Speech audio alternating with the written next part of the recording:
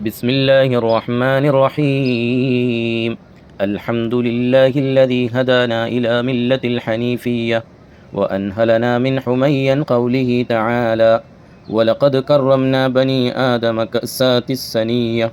وعلنا من نقطاع خصوص قوله تعالى: كنتم خير أمة أخرجت للناس سائغة حنية.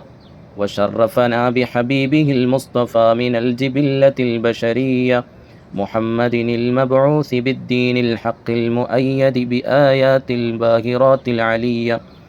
فسبحان من شيد أركان دينه بنبي وأصحابه الذي وصفهم بقوله تعالى: محمد رسول الله والذين معه أشداء على الكفار رحماء بينهم تراهم ركعا سجدا يبتغون فضلا من الله ورضوانا سيماهم في وجوههم من أثر السجود ذلك مثلهم في التوراة ومثلهم في الإنجيل كزرع أخرج شطأه فآزره فاستغلظ فاستوى على سوقه يعجب الزراع ليغيظ بهم الكفار. وعد الله الذين آمنوا وعملوا الصالحات منهم مغفرة وأجرا عظيما. وفضل من أصحابه المجاهدين وذلك قوله تعالى: وفضل الله المجاهدين على القاعدين أجرا عظيما درجات منه ومغفرة ورحمة وكان الله غفورا رحيما. وفضل منهم الشهداء البدريين رضي الله عنهم الذين بذلوا لله ورسول نفوسهم الزكية وشرفهم وجعل في قراءة أسمائهم وتوسل بهم فوائد جلية. رضي الله عنهم ونفعنا بهم في الدارين ببركاتهم العلية. وصلى الله على سيدنا محمد وآله وصحبه وسلم تسليما كثيرا. صلاة وتسليم وأزكى تحياتي على المصطفى المختار خير البريات. على للإله الحمد في كل لحظة على ما هدانا ملة خير ملتي. صلاة وتسليم وأزكى تحياتي على المصطفى المختار خير البريات. وكرمنا فضلا علينا بأحمدي نبي الهدى ماحي ردى ورزيتي. صلاة وتسليم وأزكى تحياتي على المصطفى المختار خير البريات. رسول دعا الكفار الحق فالأولى قفوا اهتدوا والفوز نالوا بجملتي. صلاة وتسليم وأزكى تحياتي على المصطفى المختار خير البريات. ومن منعوا منه فأردوا وأهلكوا بأنواع تعذيب وأصناف نقمتي. صلاة وتسليم وأزكى تحياتي على المصطفى المختار خير البريات. وأيده بالمعجزات وبالأولى هم الشياد دين الإله بنصرتي. صلاة وتسليم وأزكى تحياتي على المصطفى المختار خير البريات. وجادوا بأموال وباعوا نفوسهم لدين الهدى في كل موطن غزوتي. صلاة وتسليم وأزكى تحياتي على المصطفى المختار خير البريات. وشرف منهم أهل بدر إلهنا بأنواع آلاء وأعلى مزيات. صلاة وتسليم وأزكى تحياتي على المصطفى المختار خير البريات. وفي مدحهم جاء الكتاب والسنة كفاهم لهم نص الكتاب والسنة. صلاة وتسليم وأزكى تحياتي على المصطفى المختار بخير البريات. وصلى على الهادي وآل وصحبه صلاة مع التسليم من رب البريات. صلاة وتسليم وأزكى تحياتي على المصطفى المختار بخير البريات. اللهم صل وسلم وزد وبارك عليه. قال الله سبحانه وتعالى: ولا تحسبن الذين قتلوا في سبيل الله أمواتا بل أحياء عند ربهم يرزقون فرحين بما آتاهم الله من فضله ويستبشرون بالذين لم يلحقوا بهم من خلفهم ألا خوف عليهم ولا هم يحزنون يستبشرون بنعمة من الله وفضل وأن الله لا يضيع أجر المؤمنين. قال علماء السير رحمهم الله: إن الشهداء بدر رضي الله عنه لم يقتل منهم إلا بضعة عشر والباقون مأجورون مثلهم فكانوا كلهم مصداق هذه الآية الشريفة بالأحاديث الواضحة والحجج القاطعة.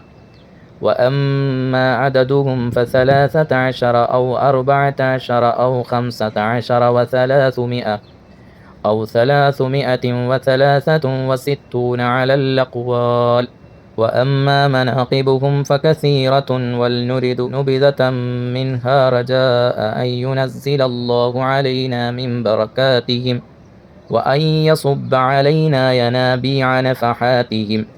فمنها ما روى بعضهم أنه خرج يريد الحج إلى بيت الله الحرام فكتب أسماء أهل بدر رضي الله عنه في قرطاس وجعله في أسكفة الباب فجاءت اللصوص إلى بيته ليأخذوا ما فيه.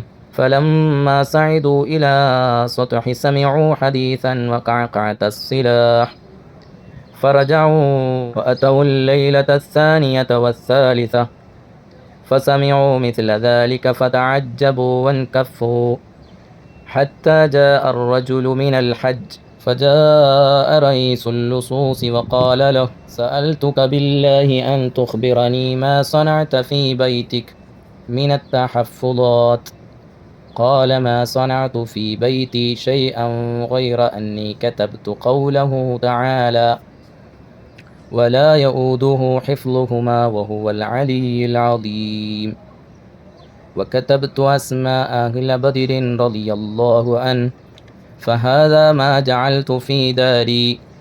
فقال اللص: فكفاني ذلك والحمد لله رب العالمين.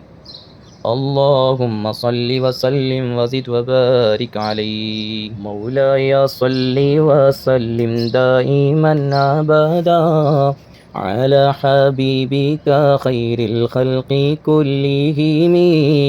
رضاء ربي عن ساداتنا الكبرى من شهداء أرض بدر عد رمل ثرى. مولاي صل وسلم دائما أبدا على حبيبك خير الخلق كلهم.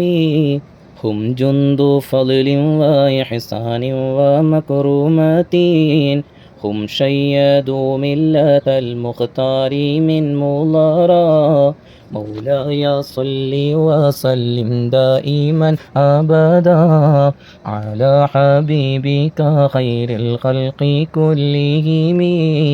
شموس دين الهدى بدور ملتنا، يا حبذا القوم حقا ما لهم نظرا. مولاي صل وسلم دائما أبدا على حبيبك خير الخلق كلهم.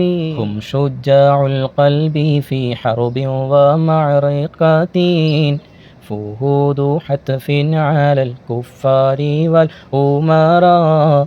مولاي صل وسلم دائما أبدا على حبيبك خير الخلق كلهم.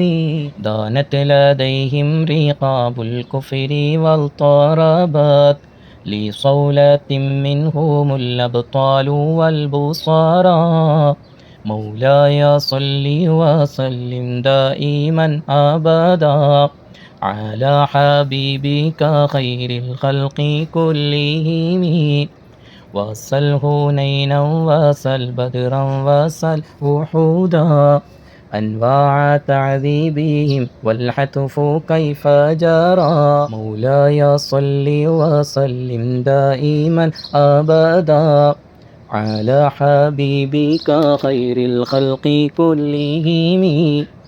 هم الرجال بلى هم الجبال بلى كالدهر في همة بل سادات كبرى. مولاي صل وسلم دائما أبدا على حبيبك خير الخلق كلهم.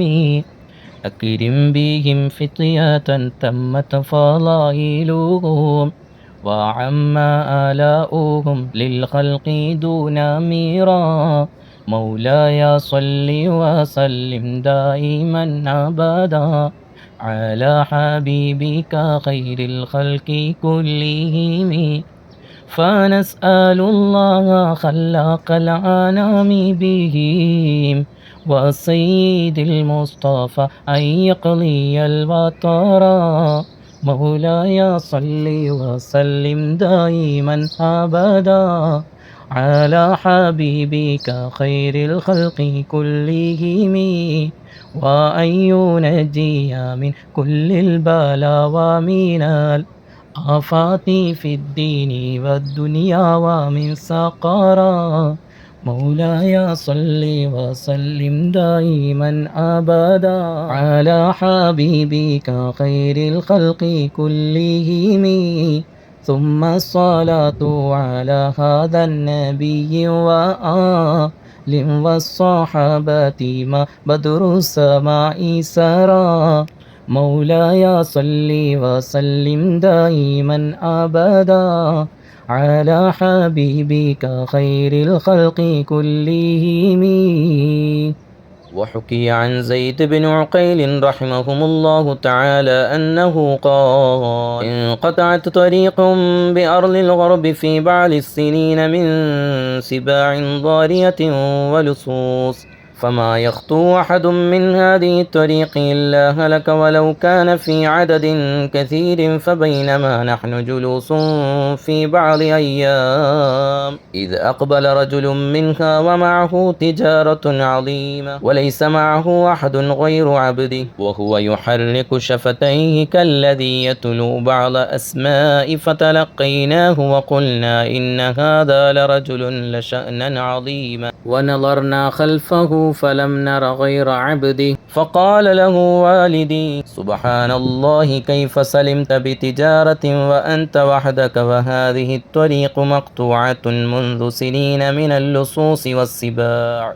فقال: دخلت هذه الطريق بجيش دخل به رسول الله صلى الله عليه وسلم، ولقي به أعداءه ونصره الله به. فقال له والدي: أي جيش أدركت من الصحابة؟ قال: أدركت أهل بدر رضي الله عنهم وأدخلتم معي في هذه الطريق المخوفة.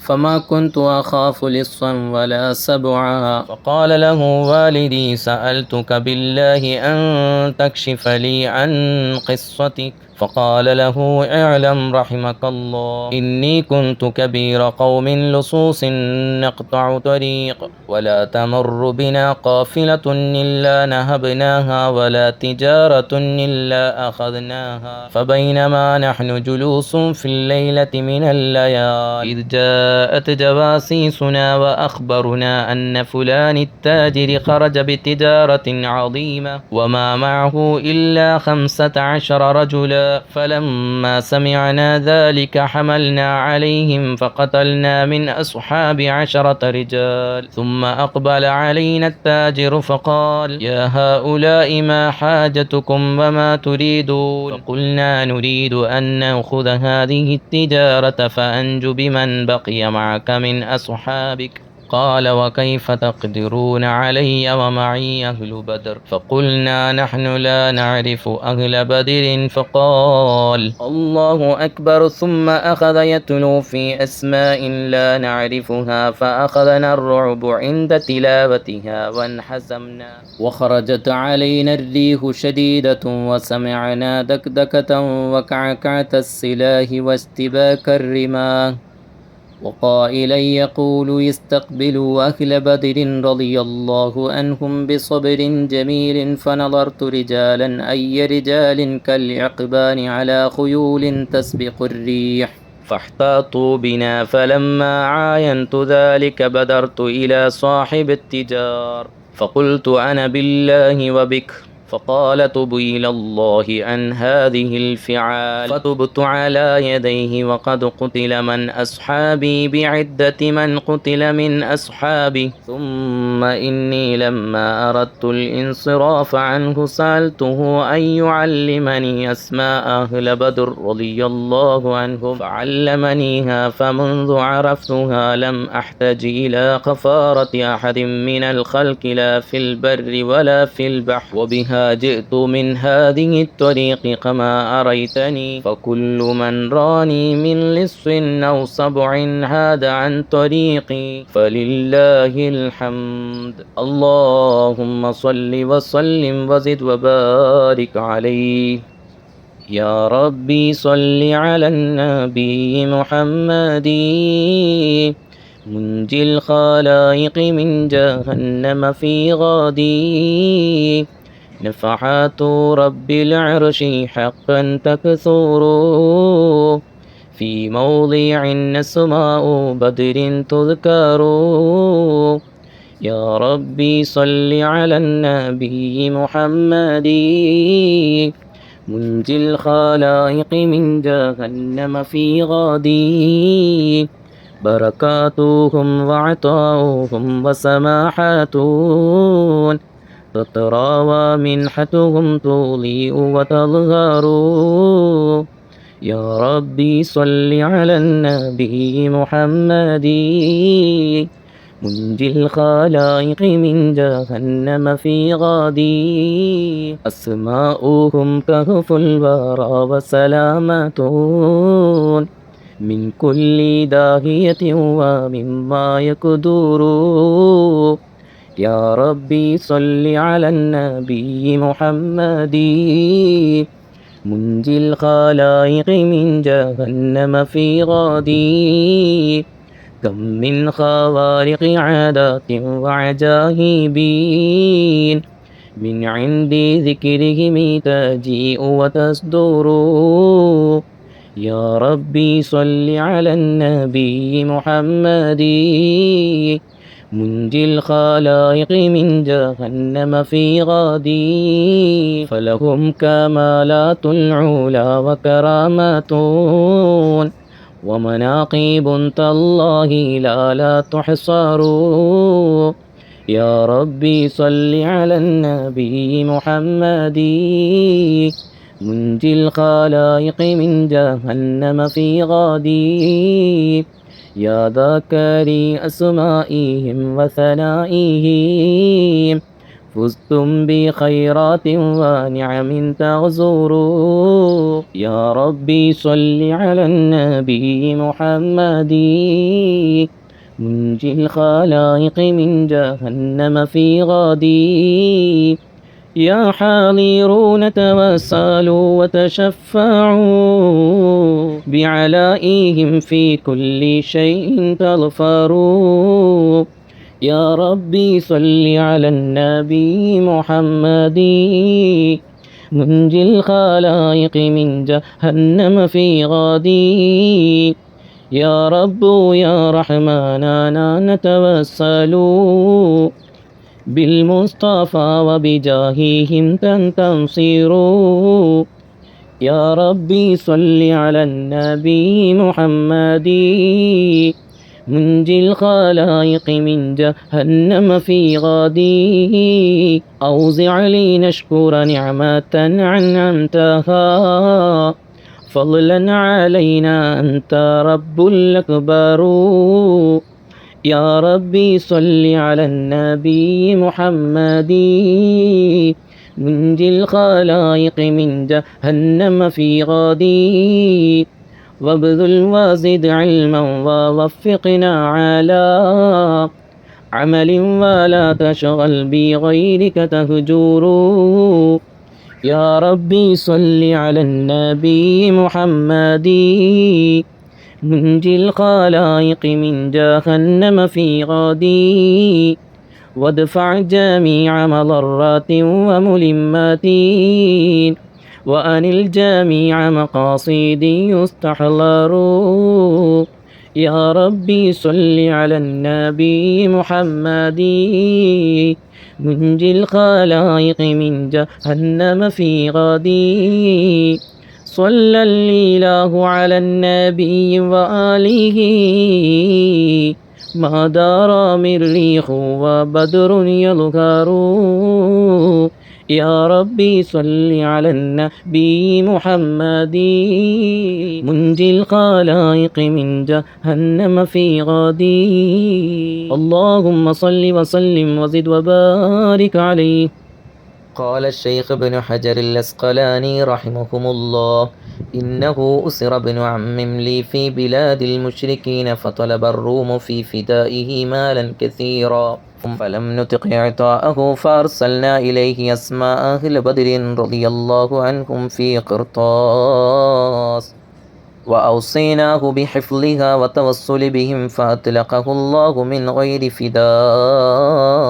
فلما قدم عليه سألناه عن ذلك قال: لما وصلت إلي تلك الورقة التي فيها الأسماء فعلت فيها كما أوصيتني فاستشاموني فصاروا يتبايعونني وكان كل من اشتراني تصيبه مصيبة فنقسط في الثمن حتى باعوني ب7 دنانير.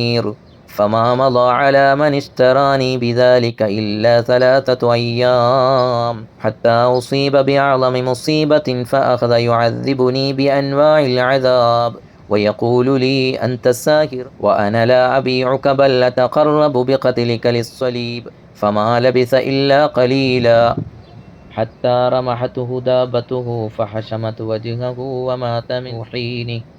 فأخذني ابنه يعذبني بأنواع العذاب واشتهر خبري بين الناس فقالوا له: أخرج هذا الأسير من بلدتنا. فأبى إلا قتلي. فما مضى إلا 3 أيام حتى جاءهم خبر أن سفينة الملك قد ضاعت وكان فيها ابنه ومال كثير. فلما بلغ ذلك الخبر إلى الروم أتوا الملك وأخبروه بجميع ما كان من شأني وقالوا له: متى مكث هذا المسلم في الأرض هلكنا ونحن لا نشك أنه من أولاد الأنبياء. فأرسل إلي الملك وأطلقني وأعطاني 100 دينار وجهزني إلى بلدي. فهذا سبب خلاصي من الأسر خلصنا الله بهم من أسر الذنوب والخطايا. اللهم صل وسلم وزد وبارك عليه. مرادي يا مرادي يا مرادي مرادي أهل بدر يا مرادي نسيم تحية المولى العلي على أصحاب طه الأبطاحي. مرادي يا مرادي يا مرادي مرادي أهل بدر يا مرادي خصوصا أهل بدر من كرام خيار من ذوي الفضل الجلي.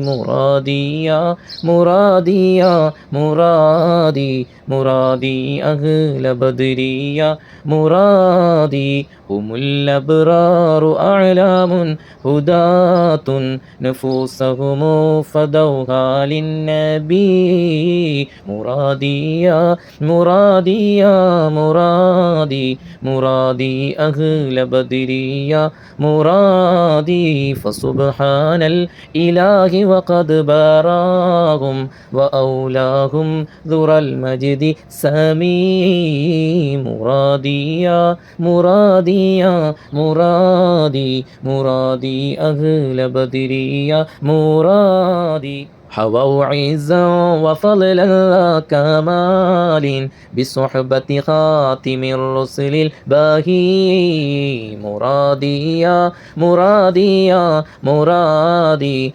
مرادي أهل بدر يا مرادي عزوا لله عزوات وأعلوا ببدر كلمة الله العلي. مرادي يا مرادي يا مرادي مرادي أهل بدر يا مرادي صراط شهداء أهل بيلي علاة نهل إكرام حفي. مرادي يا مرادي يا مرادي مرادي أهل بدر يا مرادي فكم فرج تجيء إذا توصل بهم والفتح في حال سني. مرادي يا مرادي يا مرادي مرادي أهل بدر يا مرادي بهم نرجو الإله لكشف ضر ونيل مطالب القلب الشجي. مرادي يا مرادي يا مرادي مرادي أهل بدر يا مرادي صلاة الله دائمة تفوح على طه النبي الحاشمي. مرادي يا مرادي يا مرادي مرادي أهل بدر يا مرادي وآل وصحابة ما توسل بأهل البدر ذو خوف جلي. مرادي يا مرادي يا مرادي مرادي أهل بدر يا مرادي. اللهم صل وسلم وزد وبارك عليه. وذكر الشيخ الدواني رحمهم الله أنه سمع من مشايخ الحديث أن الدعاء مستجاب عند ذكر أسماء أهل بدر رضي الله عنه. وقال مجرب وقال غيره إن كثيرا من الأولياء لم تحصل له الولاية إلا بقراءة أسمائهم وتوسل بهم. فنسأل الله سبحانه وتعالى بنبينا وسيدنا محمد صلى الله عليه وسلم وسيدنا أبو بكر الصديق رضي الله عنه وسيدنا عمر الفاروق رضي الله عنه وسيدنا عثمان بن عفان رضي الله عنه وسيدنا علي رضي الله عنه وسيدنا طلحة رضي الله عنه وسيدنا زبير رضي الله عنه وسيدنا عبد الرحمن رضي الله عنه وسيدنا سعد رضي الله عنه وسيدنا سعيد رضي الله عنه وسيدنا أبي عبيدة رضي الله عنه وسيدنا الأخنس رضي الله عنه وسيدنا الأرقم رضي الله عنه وسيدنا أنسة رضي الله عنه وسيدنا إياس رضي الله عنه وسيدنا أنيس رضي الله عنه وسيدنا إياس رضي الله عنه وسيدنا أنس رضي الله عنه وسيدنا أبي رضي الله عنه وسيدنا سعد رضي الله عنه وسيدنا أوس رضي الله عنه وسيدنا أوس رضي الله عنه وسيدنا بلال رضي الله عنه وسيدنا بدير رضي الله عنه وسيدنا بحاث رضي الله عنه وسيدنا بسبسة رضي الله عنه وسيدنا البراء رضي الله عنه وسيدنا بشير رضي الله عنه وسيدنا بشير رضي الله عنه وسيدنا تميم رضي الله عنه وسيدنا تميم رضي الله عنه وسيدنا تميم رضي الله عنه وسيدنا ثقف رضي الله عنه وسيدنا ثعلبة رضي الله عنه وسيدنا ثابت رضي الله عنه وسيدنا ثابت رضي الله عنه وسيدنا ثابت رضي الله عنه وسيدنا ثابت رضي الله عنه وسيدنا ثابت رضي الله عنه وسيدنا ثعلبة رضي الله عنه وسيدنا ثعلبة رضي الله عنه وسيدنا جبر رضي الله عنه وسيدنا جابر رضي الله عنه وسيدنا جبير رضي الله عنه وسيدنا جابر رضي الله عنه وسيدنا جبار رضي الله عنه وسيدنا حمزة رضي الله عنه وسيدنا حاطب رضي الله عنه وسيدنا حاطب رضي الله عنه وسيدنا الحسين رضي الله عنه وسيدنا الحارث رضي الله عنه وسيدنا الحارث رضي الله عنه وسيدنا الحارث رضي الله عنه وسيدنا الحارث رضي الله عنه وسيدنا الحارث رضي الله عنه وسيدنا الحارث رضي الله عنه وسيدنا الحارث رضي الله عنه وسيدنا الحارث رضي الله عنه وسيدنا الحارث رضي الله عنه وسيدنا حارثة رضي الله عنه وسيدنا حارثة رضي الله عنه وسيدنا الحارث رضي الله عنه وسيدنا الحارث رضي الله عنه وسيدنا الحارث رضي الله عنه وسيدنا الحريث رضي الله عنه وسيدنا الحباب رضي الله عنه وسيدنا حبيب رضي الله عنه وسيدنا حرام رضي الله عنه وسيدنا حمزة رضي الله عنهم عليهم رضاء والعطايا ورحمة ونعم وآلاء من الحق تسرع صلاة وتسليم وأزكى تحياتي على المصطفى المختار خير البريات وبسيدنا خالد رضي الله عنه وسيدنا خباب رضي الله عنه وسيدنا خباب رضي الله عنه وسيدنا خنيس رضي الله عنه وسيدنا خريم رضي الله عنه وسيدنا خولي رضي الله عنه وسيدنا خوات رضي الله عنه سيدنا خداش رضي الله عنه وسيدنا خراش رضي الله عنه وسيدنا خارجة رضي الله عنه وسيدنا خلاد رضي الله عنه وسيدنا خلاد رضي الله عنه وسيدنا خلاد رضي الله عنه وسيدنا خلاد رضي الله عنه وسيدنا خالد رضي الله عنه وسيدنا خليد رضي الله عنه وسيدنا خليفة رضي الله عنه وسيدنا خبيب رضي الله عنه وسيدنا ذي شمالين رضي الله عنه وسيدنا ذكوان رضي الله عنه وسيدنا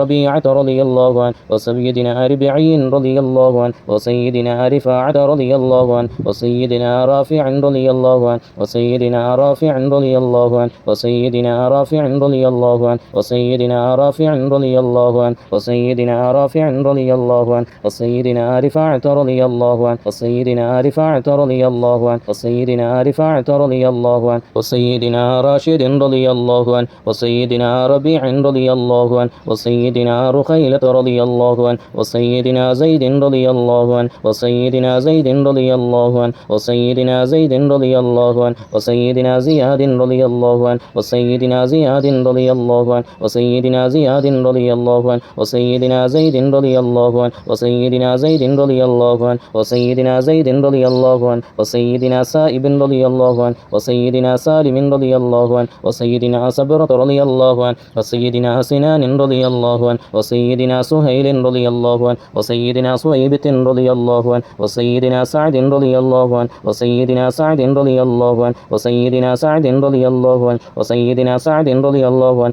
وسيدنا سعد رضي الله عنه وسيدنا سعد رضي الله عنه وسيدنا سلمة رضي الله عنه وسيدنا سلمة رضي الله عنه وسيدنا سلمة رضي الله عنه وسيدنا سالم رضي الله عنه وسيدنا سهل رضي الله عنه وسيدنا سهل رضي الله عنه وسيدنا سهل رضي الله عنه وسيدنا سهل رضي الله عنه وسيدنا سهيل رضي الله عنه وسيدنا سعد رضي الله عنه وسيدنا سعد رضي الله عنه وسيدنا سعد رضي الله عنه وسيدنا سعد رضي الله عنه وسيدنا سعد رضي الله عنه وسيدنا سماك رضي الله عنه وسيدنا سفيان رضي الله عنه وسيدنا سراقة رضي الله عنه وسيدنا سراقة رضي الله عنه وسيدنا سليم رضي الله عنه وسيدنا سليم رضي الله عنه وسيدنا سليم رضي الله عنه وسيدنا سليم رضي الله عنه وسيدنا سليط رضي الله عنه وسيدنا سنان رضي الله عنه وسيدنا سواد رضي الله عنه وسيدنا سواد رضي الله عنه وسيدنا شجاع رضي الله عنه وسيدنا شماس رضي الله عنه وسيدنا شريك رضي الله عنه وسيدنا صفوان رضي الله عنه وسيدنا صهيب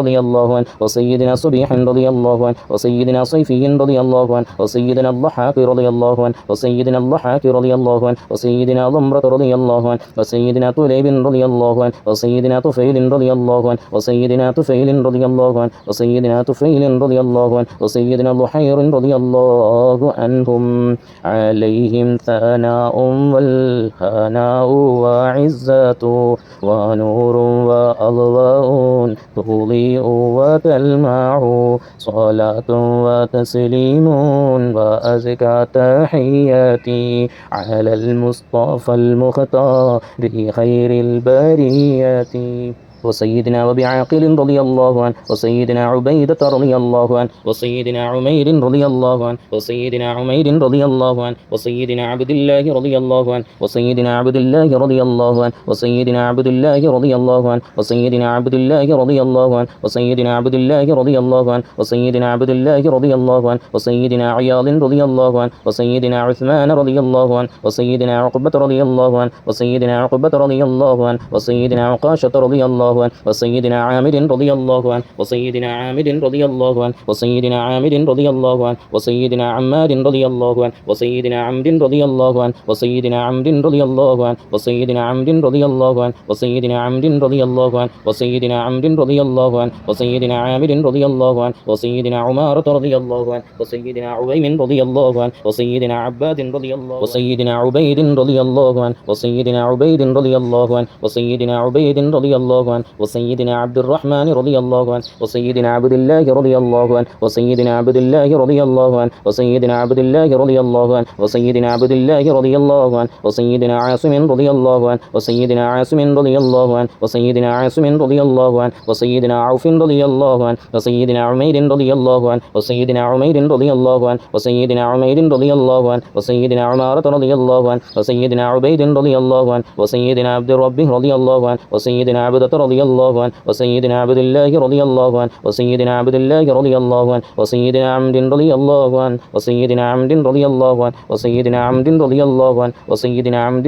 رضي الله عنه وسيدنا عمد رضي الله عنه وسيدنا عمد رضي الله عنه وسيدنا عامر رضي الله عنه وسيدنا عامر رضي الله عنه وسيدنا عامر رضي الله عنه وسيدنا عامر رضي الله عنه وسيدنا عائد رضي الله عنه وسيدنا عاصم رضي الله عنه وسيدنا عصمة رضي الله عنه وسيدنا عسيمة رضي الله عنه وسيدنا عبس رضي الله عنه وسيدنا عباد رضي الله عنه وسيدنا عبادة رضي الله عنه وسيدنا عبد الله رضي الله عنه وسيدنا عبد الله رضي الله عنه وسيدنا عبد الله رضي الله عنه وسيدنا عبد الله رضي الله عنه وسيدنا عبد الله رضي الله عنه وسيدنا عبد الله رضي الله عنه وسيدنا عبد الله رضي الله عنه وسيدنا عبد الله رضي الله عنه وسيدنا عبد الله رضي الله عنه وسيدنا عبد الله رضي الله عنه وسيدنا عتبان رضي الله عنه وسيدنا عتبة رضي الله عنه وسيدنا عتبة رضي الله عنه وسيدنا عتبة رضي الله عنه وسيدنا عقبة رضي الله عنه وسيدنا عقبة رضي الله عنه وسيدنا العجلان رضي الله عنه وسيدنا عدي رضي الله عنه وسيدنا عطية رضي الله عنهم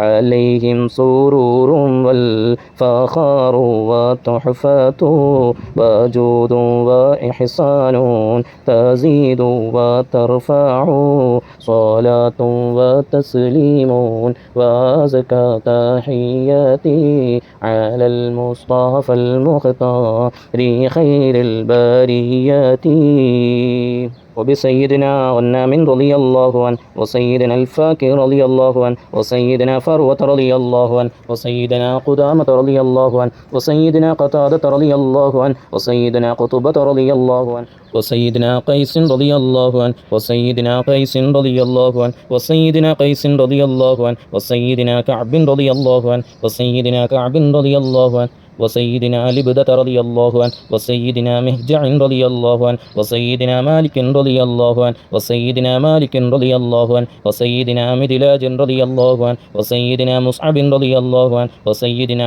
معمر رضي الله عنه وسيدنا مرثد رضي الله عنه وسيدنا المقداد رضي الله عنه وسيدنا مصطح رضي الله عنه وسيدنا مسعود رضي الله عنه وسيدنا محرز رضي الله عنه وسيدنا معتب رضي الله عنه وسيدنا معن رضي الله عنه وسيدنا مبشر رضي الله عنه وسيدنا محمد رضي الله عنه وسيدنا المنذر رضي الله عنه وسيدنا المنذر رضي الله عنه وسيدنا مالك رضي الله عنه وسيدنا مالك رضي الله عنه وسيدنا معن رضي الله عنه وسيدنا معتب رضي الله عنه وسيدنا معتب رضي الله عنه وسيدنا مسعود رضي الله عنه وسيدنا معبد رضي الله عنه وسيدنا معبد رضي الله عنه وسيدنا معاذ رضي الله عنه وسيدنا معاذ رضي الله عنه وسيدنا معاذ رضي الله عنه وسيدنا معاذ رضي الله عنه وسيدنا معاذ رضي الله عنه وسيدنا مالك رضي الله عنه وسيدنا مالك رضي الله عنه وسيدنا مالك رضي الله عنه وسيدنا مالك رضي الله عنه وسيدنا مسعود رضي الله عنه وسيدنا مسعود رضي الله عنه وسيدنا مسعود رضي الله عنه وسيدنا مسعود رضي الله عنه وسيدنا مجذر رضي الله عنه وسيدنا معبد رضي الله عنه وسيدنا معبد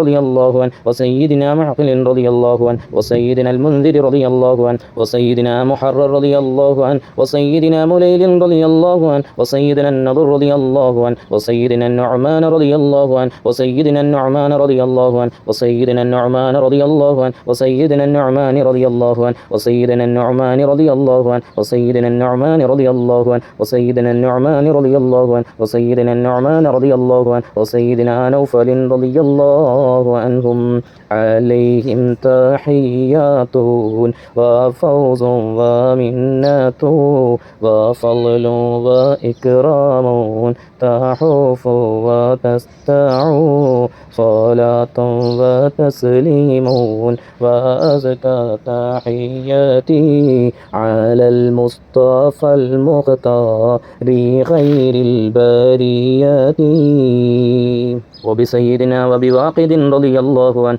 وسيدنا وهب رضي الله عنه وسيدنا وهب رضي الله عنه وسيدنا وديعة رضي الله عنه وسيدنا ودقة رضي الله عنه وسيدنا هاني رضي الله عنه وسيدنا هبيل رضي الله عنه وسيدنا هلال رضي الله عنه وسيدنا يزيد رضي الله عنه وسيدنا يزيد رضي الله عنه وسيدنا يزيد رضي الله عنه وسيدنا يزيد رضي الله عنه وسيدنا يزيد رضي الله عنه وسيدنا يزيد رضي الله عنه وسيدنا أبي سنان رضي الله عنه وسيدنا أبي مرثد رضي الله عنه وسيدنا أبي مخشي رضي الله عنه وسيدنا أبي كبشة رضي الله عنه وسيدنا أبي سلمة رضي الله عنه وسيدنا أبي صبرة رضي الله عنه وسيدنا أبي حذيفة رضي الله عنه وسيدنا أبي عقيل رضي الله عنه وسيدنا أبي عبس رضي الله عنه وسيدنا أبي الحيثم رضي الله عنه وسيدنا أبي مليل رضي الله عنه وسيدنا أبي لبابة رضي الله عنه وسيدنا أبي حنة رضي الله عنه وسيدنا أبي حبة رضي الله عنه وسيدنا أبي لحياح رضي الله عنه وسيدنا أبي شيخ رضي الله عنه وسيدنا أبي دجانة رضي الله عنه وسيدنا أبي طلحة رضي الله عنه وسيدنا أبي الأعور رضي الله عنه وسيدنا أبي أيوب رضي الله عنه وسيدنا أبي حبيب رضي الله عنه وسيدنا أبي قيس رضي الله عنه وسيدنا أبي خلاد رضي الله عنه وسيدنا أبي خارجة رضي الله عنه وسيدنا أبي سرمة رضي الله عنه وسيدنا أبي حزيمة رضي الله عنه وسيدنا أبي قتادة رضي الله عنه وسيدنا أبي داود رضي الله عنه وسيدنا أبي صليت رضي الله عنه وسيدنا أبي حسن رضي الله عنه وسيدنا أبي اليسر رضي الله عنه وسيدنا أبي مسعود رضي الله عنهم عليهم سلام والهدايا وبهجة إلى أما دام الشمس تجري وتطلع صلاة وتسليم وأزكى تحياتي على المصطفى المختار خير البريات وبسائر الصحابة أجمعين رضوان الله تعالى عنهم أن تحفظنا من جميع البلايا والشرور، وأن تورثنا بقضاء حاجاتنا الفرح والسرور، وأن تجعلنا من عبادك الصالحين يوم القضاء والنشور. وصلى الله على سيدنا محمد وعلى آله وصحبه وسلم. كلما ذكره الذاكرون وغفل عن ذكره الغافلون. صلاة الله سلام الله على طه رسول الله. صلاة الله سلام الله على ياسين حبيب الله. توسلنا ببسم الله وبالهادي رسول الله وكل مجاهد لله وأهل البدر يا الله. صلاة الله سلام الله على طه رسول الله. صلاة الله سلام الله على ياسين حبيب الله. إلهي سلم الأمة من الآفات والنقمة ومن هم ومن عمى بأهل البدر يا الله. صلاة الله سلام الله على طه رسول الله. صلاة الله سلام الله على ياسين حبيب الله.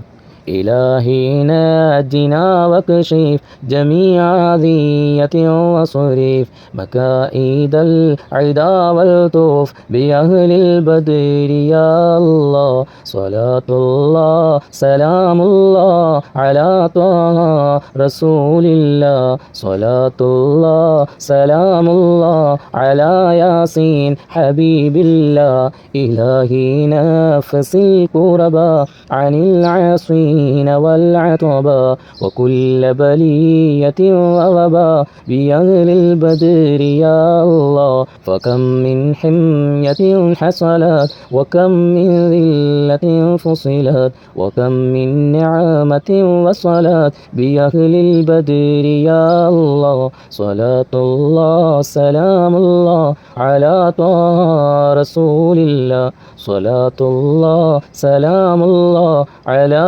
ياسين حبيب الله. وكم أغنيت ذا العسر وكم موليت ذا الفقر وكم عافيت ذا الوزر بأهل البدر يا الله. صلاة الله سلام الله على طه رسول الله.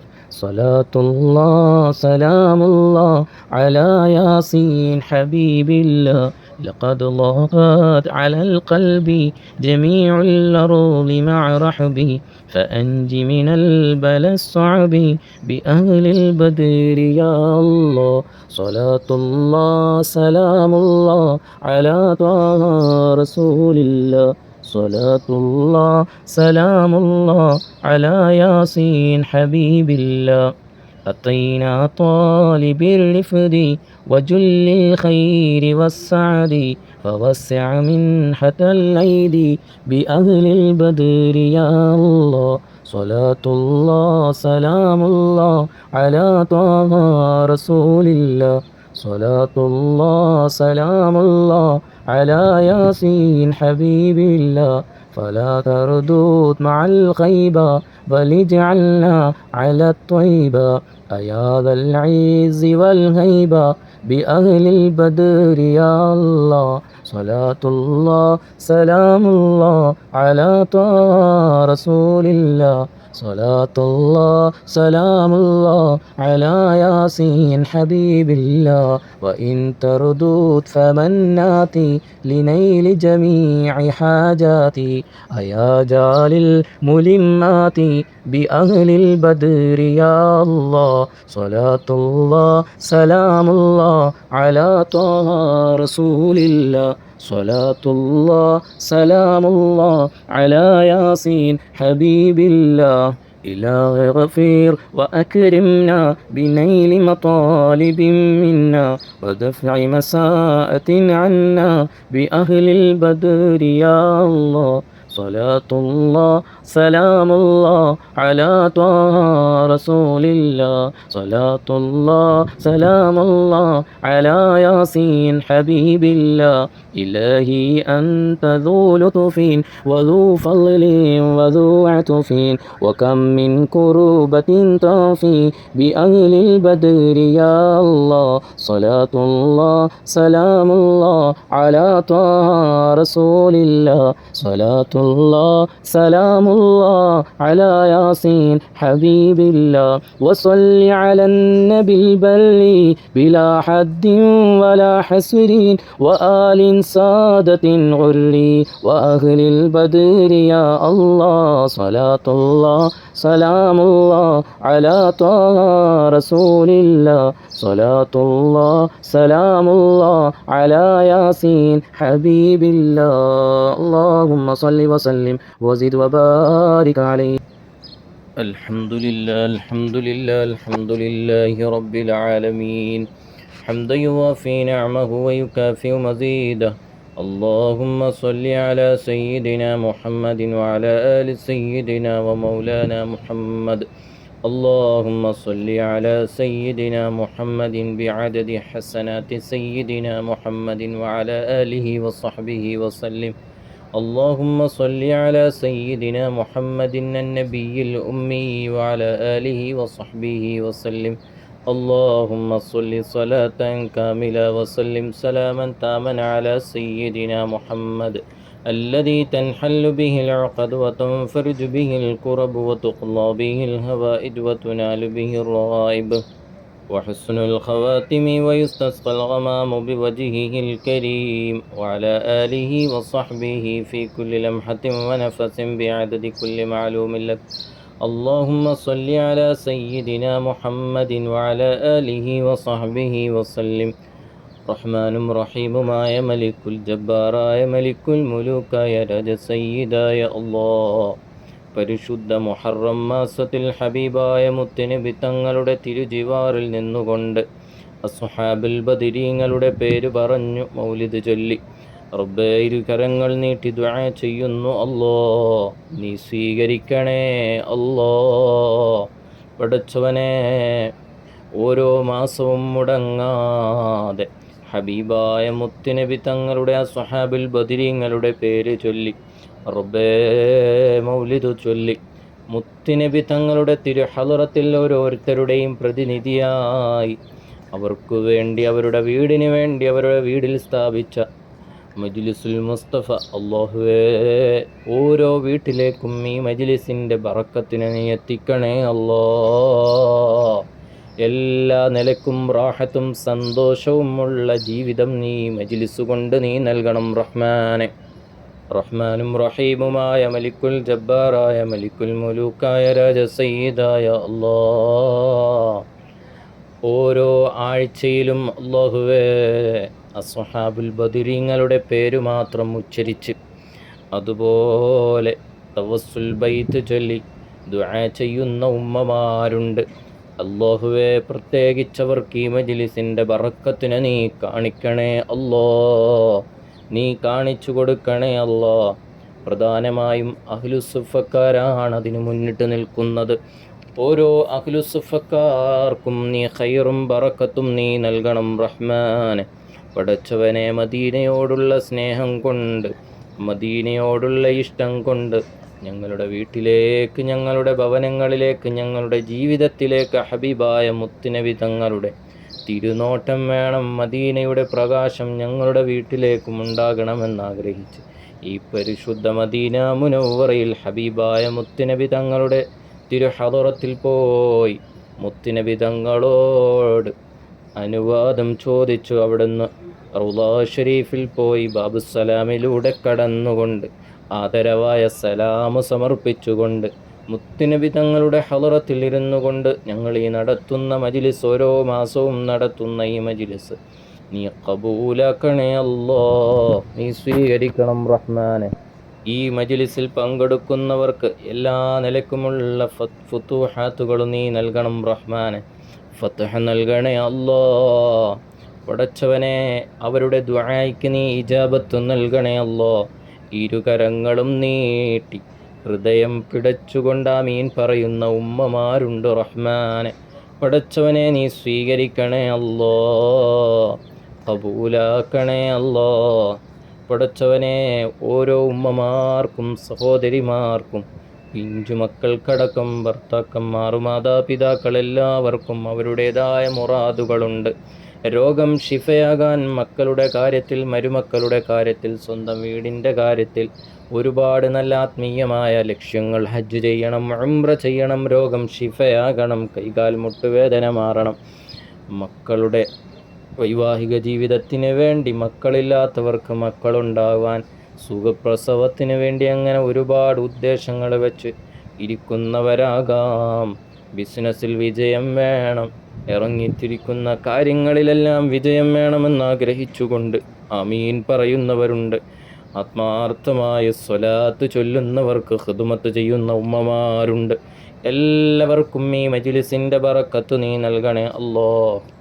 പടച്ചവനെ ഈ വിനീതൻ സാധുവാണ് റബ്ബേ. ഞങ്ങളുടെ ഖൽബും ഞങ്ങളുടെ അമലുകളും ഞങ്ങളുടെ സൽക്കർമ്മങ്ങളും ഞങ്ങൾ എല്ലാം കൊണ്ടും ശൂന്യമാണ് റഹ്മാനെ. പക്ഷേ ഞങ്ങൾ ദുആ ചെയ്യുന്നത് പുണ്യമദീനയുടെ മണ്ണിലിരുന്നു കൊണ്ടാണ്, പരിശുദ്ധ ഹറമിൽ വെച്ചാണ് ദുആ ചെയ്യുന്നത്. പവിത്രമായ മുത്തുനബി തങ്ങളുടെ മണ്ണിൽ വെച്ചാണ്, മുത്തുനബി തങ്ങളുടെ ചാരത്ത് വെച്ചാണ്, മുത്തുനബി തങ്ങളിൽ നിന്നാണ് തുടക്കം കുറിച്ചത്.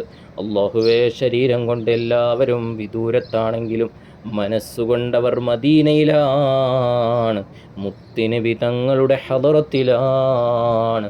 അല്ലാഹുവേ, ഇതിലുള്ള ഓരോരുത്തർക്കും നീ ഖൈറ് നൽകണേ അല്ലാ, ബറക്കത്ത് നൽകണേ അല്ലാ, റാഹത്ത് നൽകണേ അല്ലാ, സന്തോഷം നൽകണേ അല്ലാ. റഹ്മാനും റഹീമുമായ മലിക്കുൽ ജബ്ബാറായ മലിക്കുൽ മുലൂക്കായ രാജ സയ്യിദായ അല്ലാഹ്, ഞങ്ങൾക്ക് രക്ഷപ്പെടാൻ, ഞങ്ങളുടെ വീടിനും ഞങ്ങളുടെ കുടുംബത്തിനും ഞങ്ങളുടെ ഇബാദത്തിനും ഞങ്ങളുടെ ജോലിയിലും ഭക്ഷണത്തിലും യാത്രയിലും സംരക്ഷണം ലഭിക്കാൻ ഈ മജ്ലിസ് വലിയ കാരണമാക്കണേ അല്ലാഹ്. ഇത് കാരണമായി ഈ മജ്ലിസ് മുടങ്ങാതെ പങ്കെടുക്കുന്ന മജ്ലിസുൽ മുസ്തഫയിലെ കുടുംബങ്ങളുടെ വീടിന് നീ ബറക്കത്ത് നൽകണേ അല്ലാഹ്. മുത്തുനബി തങ്ങളുടെ തിരുനോട്ടമുള്ള കുടുംബമാക്കണേ അല്ലാഹ്, ഭവനമാക്കണേ അല്ലാഹ്. സിഹ്റ് കൊണ്ടോ ഐന് കൊണ്ടോ മറ്റു പല ഷർറു ബലാ മുസീബത്ത് കൊണ്ടോ പോക്കുവരവുകൾ കൊണ്ടോ എന്തെങ്കിലും നിലക്ക് ബുദ്ധിമുട്ടുകൾ ഉള്ള വീടുകളാണെങ്കിൽ സലാമത്ത് നൽകണേ അല്ലാഹ്, സലാമത്ത് നൽകണേ അല്ലാഹ്, സലാമത്ത് നൽകണേ അല്ലാഹ്. പടച്ചവനെ, പ്രത്യേകിച്ച് മദീനയെ ഹൃദയത്തോട് ചേർത്ത് പിടിച്ചുകൊണ്ട് മദീനയോടുള്ള ഇഷ്ക് മനസ്സിൽ വെച്ചുകൊണ്ട് റഹ്മാനെ, ഓരോ മാസവും സദഖകൾ നൽകുന്ന അഹ്ലുസുഫക്കാരായ ഉമ്മമാരുപ്പമാരുണ്ട് റഹ്മാനെ. അവർക്കെല്ലാം നീ ബറക്കത്ത് നൽകണേ അല്ലാ. അവർ തരുന്ന ഓരോ സദഖയുടെയും ബറക്കത്ത് കൊണ്ട് റഹ്മാനെ നീ ഖബൂലാക്കണേ അല്ലാ. ഒരു ദിവസവും മുടങ്ങാതെ പരിശുദ്ധ മദീനയിലെ അഹ്ലുകാർക്ക് വേണ്ടി, ഇവിടുത്തെ മദീനയിലെ മുത്തുനബിയുടെ ചാരേ പ്രകാശമായി ഭംഗിയായി കഴിയുന്ന പറവകൾ, അവിടുത്തെ മിണ്ടാപ്രാണികൾക്ക് വേണ്ടി ഓരോ ദിവസവും ഞങ്ങൾ ചെലവഴിക്കുന്ന ഓരോ ധാന്യങ്ങളാണെങ്കിലും റബ്ബേ, സ്വതക്കകളാണെങ്കിലും അഹ്ലുസുഫക്കാരിലേക്ക് അതിൻ്റെ സവാബിനെ നീ എത്തിക്കണേ അല്ലാ. റബ്ബേ, ജീവിച്ചിരിക്കുമ്പോഴും മരണപ്പെടുമ്പോഴും അത് വലിയൊരു നേട്ടമാക്കണേ അല്ലാ. റബ്ബേ, മദീനയിലേക്ക് ഞങ്ങൾ ചെലവഴിക്കുന്ന ഓരോ സദഖയും നീ സ്വീകരിക്കണം റഹ്മാനെ. അല്ലാഹുവേ, ഞങ്ങൾക്ക് ഫലസ്തീനികളെയും സഹായിക്കാനുള്ള വഴികൾ നീ തുറന്നു നൽകണം റഹ്മാനെ. അവർക്ക് വേണ്ടി ധാരാളം നന്മകൾ ചെയ്യാൻ നീ തൗഫീഖ് നൽകണം റഹ്മാനെ. നീ തൗഫീഖ് നൽകണേ അല്ലാ, നീ തൗഫീഖ് നൽകണം റഹ്മാനെ. ഹബീബായ മുത്തുനബി സ്വല്ലല്ലാഹു അലൈഹി വസല്ലമ തങ്ങളുടെ തിരുനോട്ടം നീ നൽകണേ അല്ലാ, പൊരുത്തം നൽകണം റഹ്മാനെ. പടച്ചവനെ, ഞങ്ങളുടെ ഭവനങ്ങളിൽ നീ ബറക്കത്ത് നൽകണേ അല്ലാ. റാഹത്തോടുകൂടി ഇബാദത്ത് ചെയ്യാൻ, സൽക്കർമ്മങ്ങൾ ചെയ്യാൻ, നല്ലതു മാത്രം ചിന്തിക്കാനും പ്രവർത്തിക്കാനും ഗൈബത്ത്, നമീമത്ത്, ഫസാദ്, പരദൂഷണങ്ങളിൽ നിന്നും റബ്ബേ ഞങ്ങളെ ഹൃദയത്തെയും ഞങ്ങളെയും നീ സംരക്ഷിക്കണം റഹ്മാനെ. പടച്ചവനെ, മറ്റുള്ളവരുടെ കുതന്ത്രങ്ങളിൽ ഞങ്ങളെ നീ പെടുത്തല്ലേ റഹ്മാനെ. റബ്ബേ ഞങ്ങളുടെ ഭർത്താക്കന്മാരിൽ നീ ബറക്കത്ത് നൽകണേ അല്ല. അവരിറങ്ങിത്തിരിക്കുന്ന എല്ലാ മേഖലകളിലും നീ ബറക്കത്ത് നൽകണം റഹ്മാനെ. അവരുടെ ജീവിതത്തിൽ, അവരുടെ സമ്പത്തിൽ, അവരുടെ കാര്യങ്ങളിലെല്ലാം നീ ബറക്കത്ത് നൽകണം റഹ്മാനെ. ഭാര്യമാരെ, സന്താനങ്ങളെ പൊന്നുപോലെ നോക്കുന്ന ഭർത്താക്കന്മാരാക്കണേ അല്ല. അവരുടെ സ്വഭാവത്തിൽ, അവരുടെ പെരുമാറ്റത്തിൽ ഞങ്ങൾക്ക് തൃപ്തി നൽകുന്ന രൂപത്തിൽ ഉള്ള ജീവിതം എന്ന നീയത്ത് ആ ഭാര്യമാരിൽ റബ്ബേ നീ നൽകണം റഹ്മാനെ. പടച്ചവനെ, ഭർത്താക്കന്മാരെ കൊണ്ട് ബുദ്ധിമുട്ടുന്നവർ, വേദനിക്കുന്നവരുണ്ട് റഹ്മാനെ. അവരുടെ സാഹചര്യങ്ങൾ അങ്ങനെയായിരിക്കാം, അതെല്ലാം മാറ്റി സൗഹൃദവും സമാധാനവും നൽകണം റഹ്മാനെ. ഈ താൽക്കാലികമായ ഭൂമിയിൽ നീ തന്ന പരീക്ഷണത്തിന് നീ അനുവദിച്ച സമയത്തിൽ പരാജയം തന്നാൽ നാളെ റബ്ബിൻ്റെ കോട്ടിൽ ഞങ്ങൾക്ക് തലകുനിച്ചല്ലാതെ നിൽക്കാൻ കഴിയില്ല റഹ്മാനെ. പടച്ചവനെ, ഞങ്ങളുടെ മക്കളെ നീ സ്വാലിഹീങ്ങളാക്കണേ അല്ലോ, സ്വാലിഹീങ്ങളാക്കണേ അല്ലോ, നീ സ്വാലിഹീങ്ങളാക്കണേ അല്ലോ. അവർ വളർന്നു വരികയാണ്. നല്ലത് പഠിച്ചു, നല്ലത് മനസ്സിലാക്കി, നല്ലത് മാത്രം ചെയ്യുന്ന മക്കളാക്കണേ അല്ലോ. പടച്ചവനെ, നീ ഞങ്ങൾക്ക് ദാമ്പത്യ ജീവിതം തരുകയാണ്. ആ ദാമ്പത്യ ജീവിതത്തിലൂടെ ഞങ്ങൾക്കൊരുപാട് പഠിക്കാനുണ്ട്, അറിയാനുണ്ട്, ശ്രദ്ധിക്കാനുണ്ട്, കടമകൾ നിർവഹിക്കാനുണ്ട്. അങ്ങോട്ടും ഇങ്ങോട്ടുമുള്ള കടമകളും കടപ്പാടുകളും നിർവഹിച്ച് അള്ളാഹുവിൻ്റെ മുമ്പിൽ വിജയിക്കാൻ ഞങ്ങൾക്ക് ദാമ്പത്യ ജീവിതത്തിൽ നീ അവസരം നൽകണേ അല്ലാ. പരാജയപ്പെട്ട് പടുകുഴിയിൽ വീഴുന്നവരുടെ കൂട്ടത്തിൽ ഞങ്ങളെ നീ ഉൾപ്പെടുത്തരുത് റഹ്മാനെ. പടച്ചവനെ, ഇവിടെ എന്തു വേണമെങ്കിലും നമുക്ക് പറയാം, ചിന്തിക്കാം, പ്രവർത്തിക്കാം. ഇപ്പോഴൊന്നും അതിൻ്റെ റിസൾട്ട് വരികയില്ല. അള്ളാഹു തന്ന അവസരം വേണ്ടതുപോലെ ഉപയോഗപ്പെടുത്താൻ റബ്ബേ നവദമ്പതികൾക്ക്, ഇണതുണകൾക്ക് നീ തൗഫീഖ് നൽകണം റഹ്മാനെ. ഇണക്കവും പിണക്കവും സ്വാഭാവികമാണ്, പക്ഷേ നീതിയിൽ നിന്നും അനീതിയിലേക്ക് പോകുമ്പോൾ അള്ളാഹുവേ എത്രമാത്രം പരാജയമാണ് ദാമ്പത്യ ജീവിതത്തിൽ സംഭവിക്കുന്നത്. നീ അത് മാറ്റണം റഹ്മാനെ. പടച്ചവനെ, ഭാര്യയുടെ അവസ്ഥകൾ കണ്ടറിഞ്ഞ് മനസ്സിലാക്കി സേവനം ചെയ്യുന്ന, ഭർത്താവിൻ്റെ കാര്യങ്ങൾ കണ്ടറിഞ്ഞ് മനസ്സിലാക്കി സേവനം ചെയ്യുന്ന നവദമ്പതികളാക്കി നല്ല രൂപത്തിലുള്ള ജീവിതം നൽകണം റഹ്മാനെ. ഇത് കേട്ട് പൊട്ടിക്കരയുന്ന മാതാപിതാക്കളുണ്ട്. മക്കളുടെ കാര്യമോർത്ത് അവർക്കെല്ലാം നല്ല ജീവിതം നൽകണേ അല്ലോ. പടച്ചവനെ, മക്കളെ നീ സ്വാലിഹീങ്ങളാക്കണേ അല്ല. വഴിതെറ്റുന്ന മക്കളാക്കരുത് റഹ്മാനെ. മക്കളെ പൊന്നുപോലെ നോക്കി റബ്ബേ ഉത്തരവാദിത്തപ്പെട്ട കരങ്ങളിലേക്ക് ഏൽപ്പിച്ചു കൊടുക്കുന്നതുവരെ വിശ്രമങ്ങളില്ലാതെ അവർക്ക് വേണ്ടി ആനുകൂല്യങ്ങൾ നൽകി, അവർക്ക് സുഖസൗകര്യങ്ങൾ നൽകി, അവർ സുഖസൗകര്യങ്ങൾ തേടിപ്പോകുന്നതിന് മുമ്പ് അവർക്ക് വേണ്ടതെല്ലാം നൽകി. അതൊരു ഉത്തരവാദിത്തമാണ് റബ്ബേ, നീ ഏൽപ്പിച്ചതാണെന്ന ബോധ്യത്തോടുകൂടി ചെയ്യാൻ ഞങ്ങൾക്ക് നീ തൗഫീഖ് നൽകണം റഹ്മാനെ.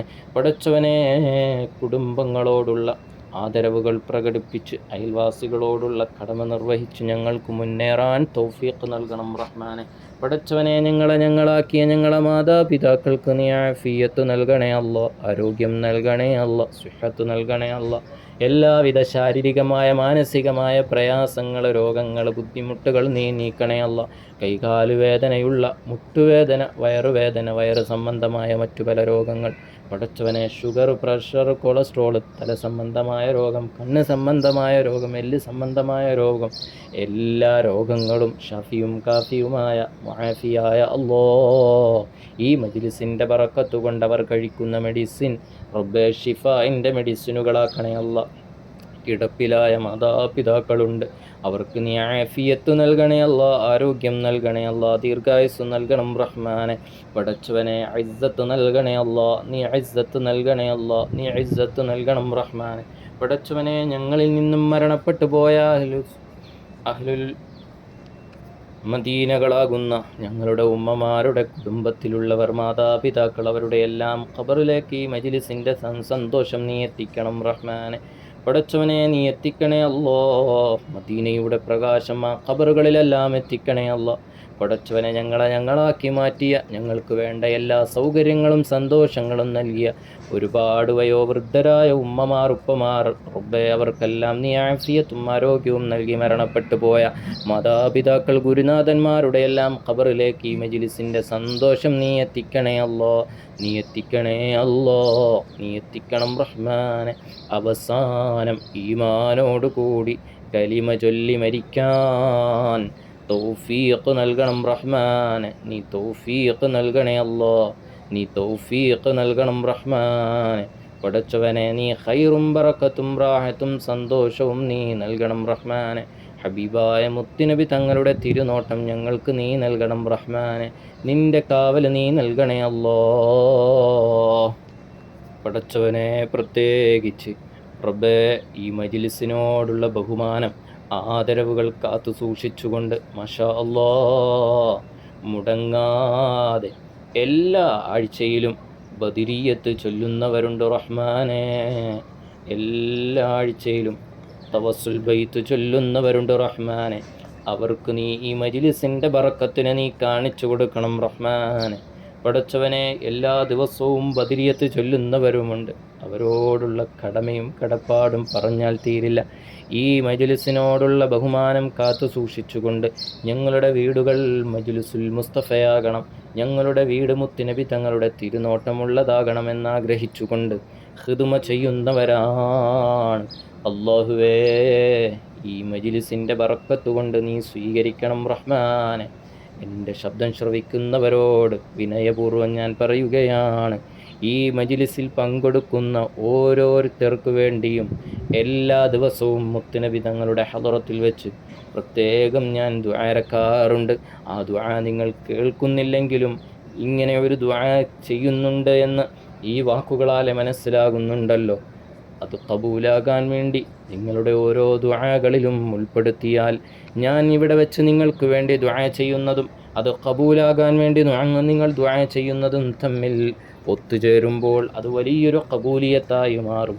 അതുകൊണ്ട് പ്രിയപ്പെട്ടവരെ, നിങ്ങളെല്ലാവരും ആത്മാർത്ഥമായി നിങ്ങളും ദുആരക്കണം. ഞങ്ങൾക്ക് വേണ്ടി പുണ്യമദീനയിൽ വെച്ച് ദുആ ചെയ്യുന്നുണ്ട് എന്ന ഒരു നിയ്യത്തോടുകൂടി നിങ്ങളെല്ലാവരും ആത്മാർത്ഥമായി ദുആ ചെയ്യണം. അതുപോലെ തന്നെ പ്രിയപ്പെട്ട സഹധർമ്മിണി, നിങ്ങൾക്കെല്ലാം ഖിദ്മ ചെയ്യുന്ന ഫാത്തിമ സമിയ അൽഹാദിയ ആഫിയത്തിനു വേണ്ടിയും ആരോഗ്യത്തിനു വേണ്ടിയും ദുആ ചെയ്യണം. സുഖപ്രസവത്തിന് വേണ്ടി ദുആരക്കണം. ഈ മാസത്തോടുകൂടി, അടുത്ത മാസം തുടക്കത്തോടുകൂടി ഡേറ്റ് ലഭിച്ചിരിക്കുകയാണ്. എല്ലാം റാഹത്തായി സന്തോഷത്തോടുകൂടി എല്ലാ നിലക്കും റാഹത്തോടുകൂടി മുത്തുനബി തങ്ങളുടെ തിരുനോട്ടത്തിൽ, അസ്ഹാബുൽ ബദരീങ്ങളുടെ തിരുനോട്ടത്തിൽ, ഖദീജ ഉമ്മയുടെ തിരുനോട്ടത്തിൽ, ഉമ്മഹാത്തുൽ മുഅ്മിനീങ്ങളുടെ തിരുനോട്ടത്തിൽ, ഫാത്തിമ ഉമ്മയുടെ തിരുനോട്ടത്തിൽ, നഫീസത്തു ബീവി റളിയല്ലാഹു അൻഹയുടെ തിരുനോട്ടത്തിൽ, മുഹ്യിദ്ദീൻ ശൈഖ് തങ്ങൾ, സുൽത്താനുൽ ആരിഫീൻ അഹ്മദുൽ കബീർ അർ-റിഫാഇ റളിയല്ലാഹു അൻഹുവിൻ്റെ തിരുനോട്ടത്തിൽ, ഖജാ തങ്ങളുടെ തിരുനോട്ടത്തിൽ, എല്ലാ മഹാന്മാരുടെയും തിരുനോട്ടത്തിൽ എല്ലാ നിലക്കും റാഹത്തോടുകൂടിയാകണം. നിങ്ങളുടെ എല്ലാം ദുആദിനാവശ്യമാണ്. അല്ലാഹുവേ ഈ മജ്ലിസ് കേട്ട് ആമീൻ പറയുന്ന റബ്ബേ, ഞങ്ങൾക്ക് വേണ്ടി ദുആരക്കുന്ന എല്ലാ കുടുംബങ്ങൾക്കും നീ ബറക്കത്ത് നൽകണം റഹ്മാനെ. റാഹത്ത് നൽകണേ അല്ലോ, സന്തോഷം നൽകണം റഹ്മാനെ. ഹബീബായ മുത്തുനബി തങ്ങളുടെ തിരുനോട്ടം എല്ലാവർക്കും നീ നൽകണം റഹ്മാനെ. ഹബീബായ മുത്തുനബി തങ്ങളുടെ കാവൽ നൽകണേ അല്ലാ. മാഷാ അല്ലാ, വിരലിലെണ്ണാവുന്ന കുറച്ചാളുകളാണ് ഈ മജ്ലിസിനെ ഹൃദയത്തോട് ചേർത്തു പിടിച്ച് ഓരോ മാസവും മുടങ്ങാതെ പാരായണം ചെയ്യുന്നത്. അതിനുവേണ്ടി ഒരുങ്ങുന്നവർ, അതിനുവേണ്ടി തയ്യാറെടുക്കുന്നവർ. പ്രിയപ്പെട്ടവരെ, ആർക്കാണ് ബുദ്ധിമുട്ടില്ലാത്തത്? ആർക്കാണ് പ്രയാസമില്ലാത്തത്? എന്നാൽ ഈ മജ്ലിസ് അറിഞ്ഞതു മുതൽ, നാളെയാണ് മജ്ലിസെങ്കിൽ ആ മജ്ലിസ് വരുന്നതും കാത്ത് അതിനും ശാരീരികമായി മാനസികമായി ഒരുക്കങ്ങൾ നടത്തി ഇരുന്നൊന്ന് കേട്ടു നോക്ക്. തീർച്ചയായിട്ടും നിങ്ങളുടെ ജീവിതത്തിൽ, നിങ്ങളുടെ ആഗ്രഹങ്ങളിൽ വലിയ ഫലമുണ്ടാകും. അള്ളാഹു ഫലം നൽകുമാറാകട്ടെ. എൻ്റെ പ്രത്യേകതയല്ല, ഈ വിനീതം പുണ്യമദീനയിൽ വെച്ച് ചെയ്യുന്ന നിങ്ങൾക്ക് വേണ്ടി, ഓരോരുത്തർക്കും വേണ്ടി മാറ്റിവെക്കുന്ന ഈ സമയം മുത്തുനബിയോട് പോയി സലാം സമർപ്പിച്ച് ഇങ്ങനെ ഒരു ബദർ മൗജിൽ മജ്ലിസ് നടത്താൻ പോകുന്ന സമ്മതം ചോദിക്കുമ്പോൾ അവിടുന്ന് തട്ടിക്കളയുമോ പ്രിയപ്പെട്ടവരെ? മുത്തുനബി തങ്ങളോട് സമ്മതം ചോദിച്ചുകൊണ്ടുള്ള മുത്തുനബി തങ്ങളുടെ സാന്നിധ്യം ഞങ്ങൾ ആഗ്രഹിക്കുന്നു എന്ന നിയ്യത്തോടുകൂടി ഈ മജ്‌ലിസ് നടത്തുമ്പോൾ ആ മജ്‌ലിസിൽ വന്നു ചേരൽ നിങ്ങളുടെ ഓരോരുത്തരുടെയും ആഗ്രഹമായിരിക്കണം. അള്ളാഹു നമുക്ക് ഈ മജ്‌ലിസിലൂടെ വിജയിക്കാൻ, നിങ്ങളുടെ ആഗ്രഹങ്ങൾ സഫലമാകാൻ, കടങ്ങൾ വീടാൻ, രോഗങ്ങൾ ശിഫയാകാൻ, ഭർത്താവിൻ്റെ ജോലിയിൽ ബറക്കത്ത് ലഭിക്കാൻ, വിദേശത്തു പോയ മക്കളുടെ പഠനത്തിൽ ജോലിയിൽ ബറക്കത്ത് ലഭിക്കാൻ, സമ്പത്തിൽ ബറക്കത്ത് ലഭിക്കാൻ, ഇതൊക്കെ ഒരു കാരണമാവണം. അല്ലാഹുവേ നീ തൗഫീഖ് നൽകണം റഹ്മാനെ. അതുപോലെ തന്നെ പാവപ്പെട്ട മുതഅല്ലിമീങ്ങൾക്ക് വേണ്ടി അൽഹംദുലില്ലാഹ് ചിലർ റഹ്മാനെ ചെലവിന് നൽകുന്നവരുണ്ട് റഹ്മാനെ.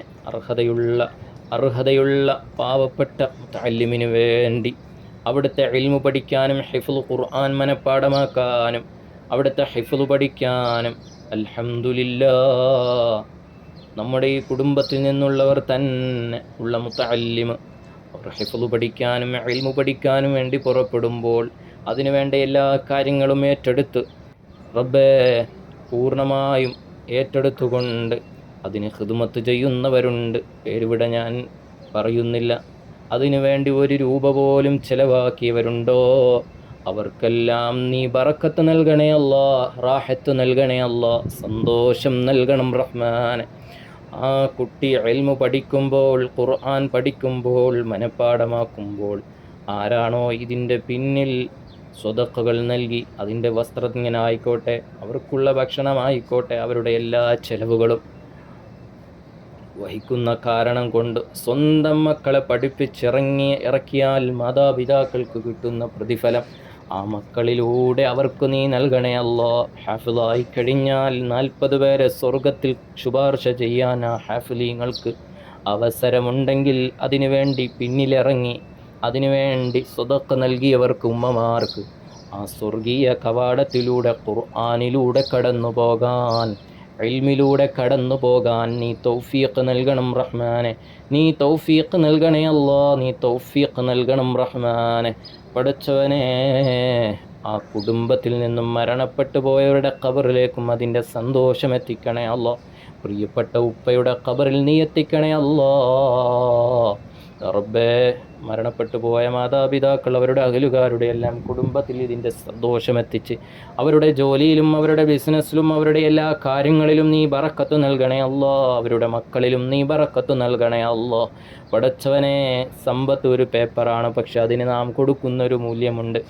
ആ മൂല്യം ഖൈറിനു വേണ്ടിയും അല്ലാതെയുമുണ്ട്. റബ്ബേ, നീ ഏതെല്ലാം രൂപത്തിലാണ് ഞങ്ങളെ മുന്നിൽ നീട്ടിയിരിക്കുന്നത് പരീക്ഷണം, ആ പരീക്ഷണത്തിനെല്ലാം വിജയം ഞങ്ങൾക്ക് കൈവരിക്കാൻ നീ തൗഫീഖ് നൽകണേ അല്ലാ. ഞങ്ങളെ സഹായിച്ചവരെ, ഞങ്ങളെ സ്നേഹിച്ചവരെ നീ തട്ടിക്കളയല്ലോ അല്ലാ. റബ്ബേ, ഞങ്ങളുടെ ഈ കൂട്ടായ്മയിൽ മുടങ്ങാതെ സ്വലാത്തു ചൊല്ലി മുടങ്ങാതെ അഡ്മിന്മാർക്ക് സമർപ്പിക്കുന്നു. അഡ്മിന്മാർ കൃത്യമായി ക്യാപ്റ്റന്മാരെ ഏൽപ്പിക്കുന്നു, ക്യാപ്റ്റന്മാർ കൃത്യമായി ലീഡർമാരെ ഏൽപ്പിക്കുന്നു. ഉത്തരവാദിത്യങ്ങൾ കൃത്യമായി ചെയ്യുന്ന കുറച്ചു പേർ മാത്രമാണ്. റബ്ബേ, അതുമാത്രം മതി ഞങ്ങളുടെ പ്രതീക്ഷ. ആയിരക്കണക്കിന് ആളുകളുണ്ടെങ്കിലും 100-ൽ താഴെ ആളുകളാണ് ഇതെല്ലാം നല്ല രൂപത്തിൽ ഖിദ്മ ചെയ്യുന്ന മെമ്പർമാരും അഡ്മിന്മാരും ക്യാപ്റ്റന്മാരും ഒക്കെ ഉള്ളത്. അല്ലാഹുവേ, അവരെ നിനക്കറിയാമല്ലോ അല്ലാ. അവർക്കെല്ലാം ഈ മജ്‌ലിസിൻ്റെ ബറക്കത്ത് അവരുടെ വീട്ടിൽ, അവരുടെ കുടുംബത്തിൽ, അവരുടെ സമ്പത്തിൽ, അവരുടെ ഭക്ഷണത്തിൽ, അവരുടെ വസ്ത്രത്തിൽ, അവരുടെ യാത്രയിൽ, അവരുടെ ചിന്തകളിൽ നീ നൽകണേ അല്ലാ. മഖ്ബൂലും മർളിയുമായ ഹജ്ജ് ചെയ്യാൻ, ഉംറ ചെയ്യാൻ, മദീന സിയാറത്ത് ചെയ്യാൻ, മതി വരുവോളം പരിശുദ്ധ മദീനയിൽ ചെലവഴിക്കാൻ നീ തൗഫീഖ് നൽകണം റഹ്മാനെ. നീ തൗഫീഖ് നൽകണേ അല്ലാ, നീ തൗഫീഖ് നൽകണേ അല്ലാ. പരിശുദ്ധ മദീനയിൽ ധാരാളം ചെലവഴിക്കാനുള്ള അവസരങ്ങളും നീ തുറന്നു നൽകണം റഹ്മാനെ. നീ തുറന്നു നൽകണേ അല്ലാ, നീ തുറന്നു നൽകണേ അല്ലാ, നീ തുറന്നു നൽകണം റഹ്മാനെ. ഹബീബരായ മുത്തുനബി തങ്ങളുടെ തിരുനോട്ടവും കാവലും നീ നൽകണം റഹ്മാനെ. ഹബീബായ മുത്തുനബി തങ്ങളുടെ പൊരുത്തം നീ ഞങ്ങൾക്ക് നൽകണം റഹ്മാനെ. പൊരുത്തം നീ ഞങ്ങൾക്ക് നൽകണം റഹ്മാനെ. പൊരുത്തം നീ ഞങ്ങൾക്ക് നൽകണം റഹ്മാനെ. ഹബീബായ മുത്തുനബി തങ്ങളുടെ കാവൽ നീ നൽകണേ അല്ലാ, കാവൽ നീ നൽകണം റഹ്മാനെ. ഹബീബായ മുത്തുനബി തങ്ങളുടെ പൊരുത്തവും കാവലും നൽകണേ അല്ലാ. അസ്ഹാബുൽ ബദരീങ്ങളുടെ കാവൽ നൽകണം റഹ്മാനെ. പടച്ചവനെ, പരിശുദ്ധ മദീനയിൽ നിന്നാണ് ഈ വിനീതൻ ദുആ ചെയ്യുന്നത്. ആവർത്തിച്ചാണ് ഓരോന്ന് പറയുന്നത്. റബ്ബേ ആമീൻ പറയാനുള്ള അവസരങ്ങൾ കൊടുക്കുകയാണ്. ആമീൻ എത്രത്തോളം മദീനയിലേക്ക് സമർപ്പിക്കാൻ കഴിയുന്നുണ്ടോ അതിനുള്ള അവസരം ഈ മജ്ലിസിലൂടെയാണ്. നീ തൗഫീഖ് നൽകണേ അല്ലാ. അവസാനം ഹുസ്നുൽ ഖാത്തിമ, അവസാന മരണം ഹുസ്നുൽ ഖാത്തിമയാക്കണേ അല്ലാ. നല്ല സ്ഥലത്ത്, നല്ല സമയത്ത്, നല്ലവരോടൊപ്പം, നല്ല റാഹത്തോടുകൂടി, ഈമാനോടുകൂടി മരിക്കാൻ ഞങ്ങൾക്ക് നീ തൗഫീഖ് നൽകണേ അല്ലാ. അത് മദീനയിലാണെങ്കിൽ സന്തോഷം വേറെ തന്നെയാണ്. നീ തൗഫീഖ് നൽകണം റഹ്മാനെ. അല്ലാഹുവേ, നീ തൗഫീഖ് നൽകണേ അല്ലാ. ഇനിയും സഫർ മാസത്തിലും റബീഉൽ അവൽ മാസത്തിലും വരാനിരിക്കുന്ന മജ്ലിസുകളെല്ലാം നല്ല കൃത്യതയോടുകൂടി തന്നെ പങ്കുചേരാൻ തൗഫീഖ് നൽകണം റഹ്മാനെ.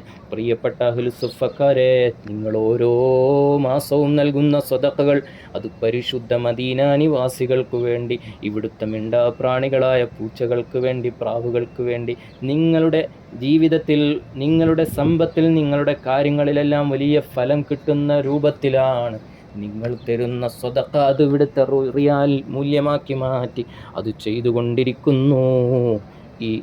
ഈ സൽക്കർമ്മം അള്ളാഹു നിങ്ങളിൽ നിന്നും സ്വീകരിക്കുമാറാകട്ടെ.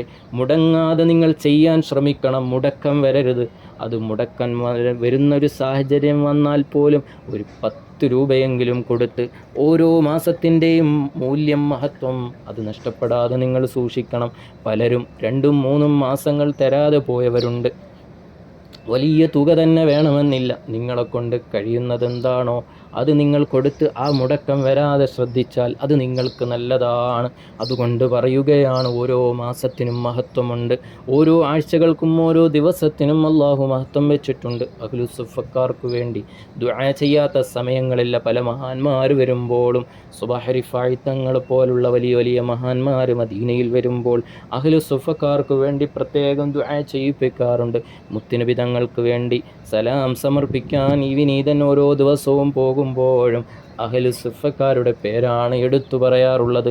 അവർ എല്ലാത്തിലുമുണ്ട്. അവർ മാസത്തിൽ സ്വതഖ നൽകുന്ന വിഷയത്തിലും, ബദർ മൗലിദ് വിഷയത്തിലും, ആഴ്ചയിൽ ബദരിയത്ത് ചൊല്ലുന്ന വിഷയത്തിലും, എല്ലാത്തിലും, സ്വലാത്തിൽ അംഗമാകുന്ന വിഷയത്തിലും, എല്ലാത്തിലും മുൻപന്തിയിൽ നിൽക്കുന്നവരാണ്. മാഷാ അല്ലാഹ്. അഹ്ലുസുഫക്കാരാണ് നമ്മുടെ ഈ കൂട്ടായ്മയിൽ 1-ാം ഗണത്തിൽ പെടുന്നത്. അല്ലാഹുവേ, നീ സ്വീകരിക്കണേ അല്ലാ. പടച്ചവനെ, പ്രത്യേകിച്ച് ഖുർആൻ വഖഫ് ചെയ്യുന്നവരെ മറക്കാൻ കഴിയില്ല. പടച്ചവനെ, മരണപ്പെട്ടു പോയ മാതാപിതാക്കളുടെ ഖബർ ജീവിതം സന്തോഷമാകാൻ ഖുർആൻ ഓരോ ആണ്ടിലും വഖഫ് ചെയ്യുന്നവരുണ്ട്. റഹ്മാനെ, നീ സ്വീകരിക്കണേ അല്ലാ. നീ സ്വീകരിക്കണം റഹ്മാനെ.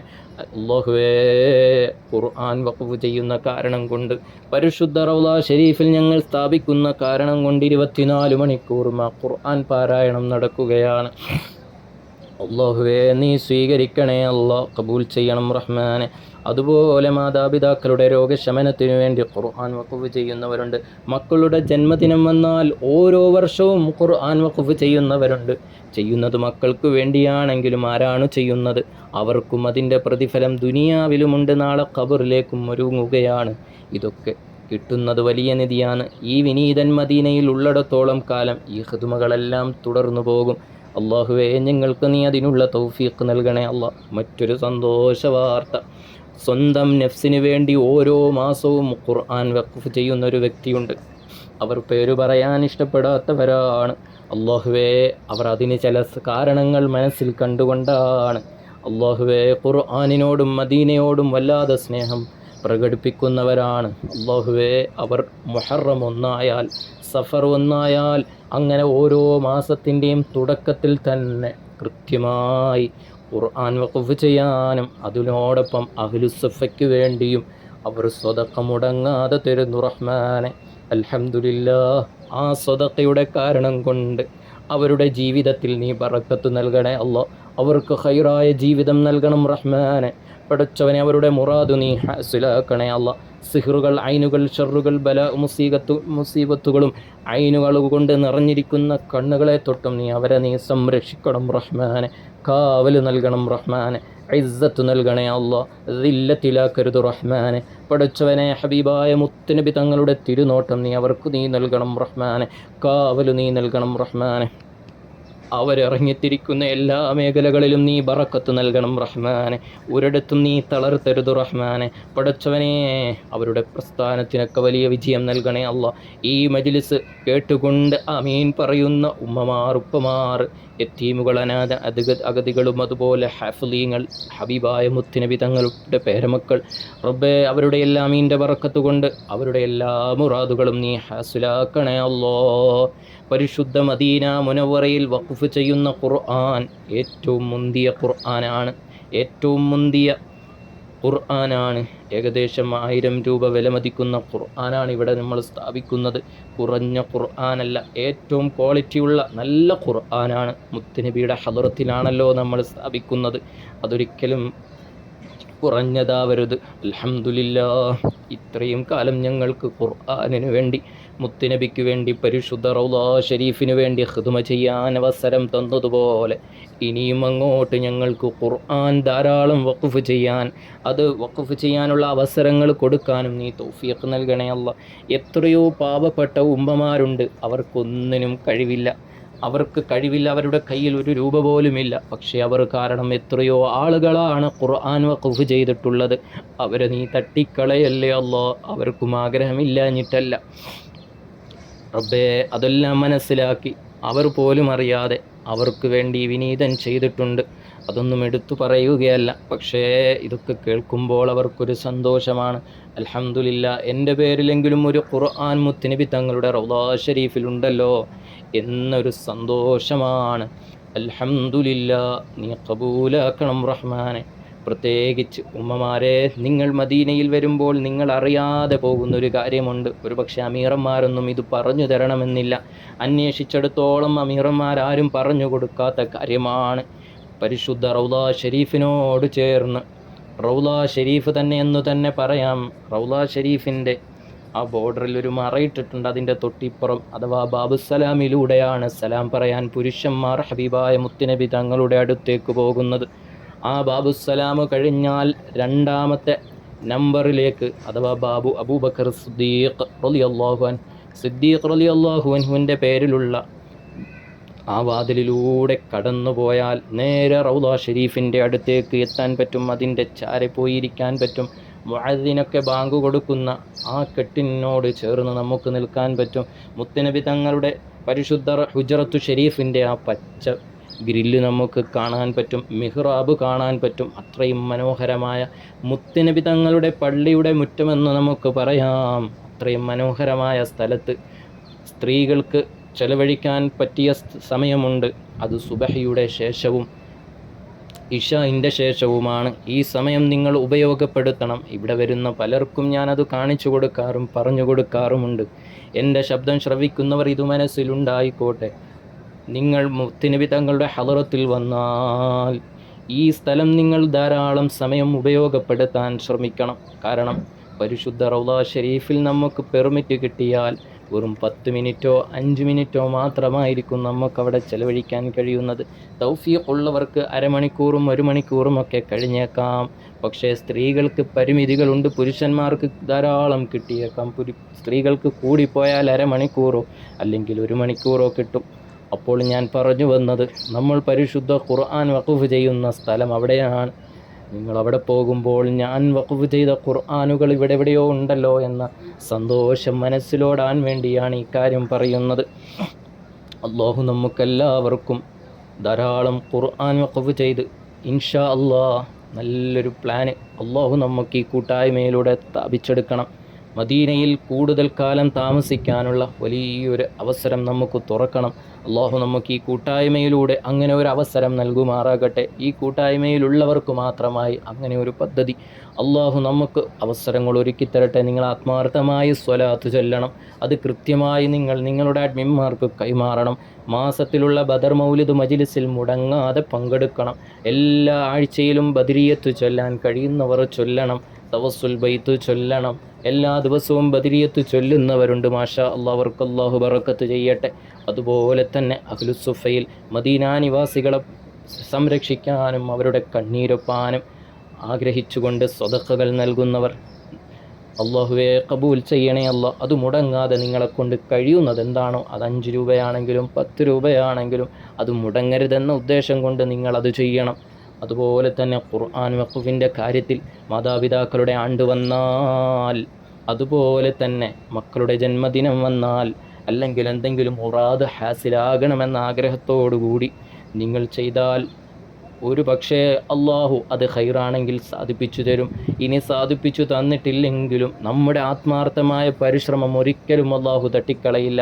അതിന് തടസ്സത്തിന് എന്തെങ്കിലും കാരണമുണ്ടാകും, പക്ഷേ ചോദിക്കൽ നമ്മളുടെ കടമയാണ്. അതുകൊണ്ട് എൻ്റെ പ്രിയപ്പെട്ടവരെ, നല്ല നല്ല നന്മകൾ ഈ കൂട്ടായ്മയിലൂടെ മദീനയിൽ നമുക്ക് ചെയ്യാൻ കഴിയണം. അള്ളാഹു നമുക്ക് തൗഫീഖ് നൽകുമാറാകട്ടെ. എൻ്റെ ഈ ശബ്ദം ശ്രവിക്കുന്ന ഒരുപാട് പേര്, എൻ്റെ പ്രിയപ്പെട്ട സഹധർമ്മിണിയടക്കം പലരുടെയും വീട്ടിൽ ഗർഭിണികളുണ്ട്. അള്ളാഹു അവർക്ക് ഈ മജ്ലിസിൻ്റെ ബറക്കത്ത് കൊണ്ട് സുഖപ്രസവം നൽകുമാറാകട്ടെ. കൺകുളിർമയുള്ള മക്കളെ നൽകട്ടെ. സ്വലീഹീങ്ങളാക്കട്ടെ, ഹഫ്ളീങ്ങളാക്കട്ടെ, ആലിമീങ്ങളാക്കട്ടെ, മുത്തഖീങ്ങളാക്കട്ടെ, മുഖ്ലിസീങ്ങളാക്കട്ടെ. അള്ളാഹുവേ, ഖൈറിൻ്റെ അഹ്ലുകാര കൂട്ടത്തിൽ ഞങ്ങളെയും ഞങ്ങളുമായി ബന്ധപ്പെട്ട എല്ലാവരെയും നീ ഉൾപ്പെടുത്തണം റഹ്മാനെ. ബിഹഖിൻ നബിയിൽ മുസ്തഫ മുഹമ്മദിൻ സ്വല്ലല്ലാഹു അലാ മുഹമ്മദ് സ്വല്ലല്ലാഹു അലൈഹി വസല്ലം സ്വല്ലല്ലാഹു അലാ മുഹമ്മദ് സ്വല്ലല്ലാഹു അലൈഹി വസല്ലം സ്വല്ലല്ലാഹു അലാ മുഹമ്മദ് സ്വല്ലല്ലാഹു അലൈഹി വസല്ലം സ്വല്ലല്ലാഹു അലാ മുഹമ്മദ് സ്വല്ലല്ലാഹു അലൈഹി വസല്ലം സ്വല്ലല്ലാഹു അലാ മുഹമ്മദ് സ്വല്ലല്ലാഹു അലൈഹി വസല്ലം സ്വല്ലല്ലാഹു അലാ മുഹമ്മദ് സ്വല്ലല്ലാഹു അലൈഹി വസല്ലം സ്വല്ലല്ലാഹു അലാ മുഹമ്മദ് സ്വല്ലല്ലാഹു അലൈഹി വസല്ലം. അല്ലാഹുമ്മ സ്വല്ലി അലാ മുഹമ്മദ് യാ റബ്ബി സ്വല്ലി അലൈഹി വസല്ലിം വസല്ലി അലാ ജമീഇൽ അംബിയാഇ വൽ മുർസലീൻ വൽഹംദുലില്ലാഹി റബ്ബിൽ ആലമീൻ.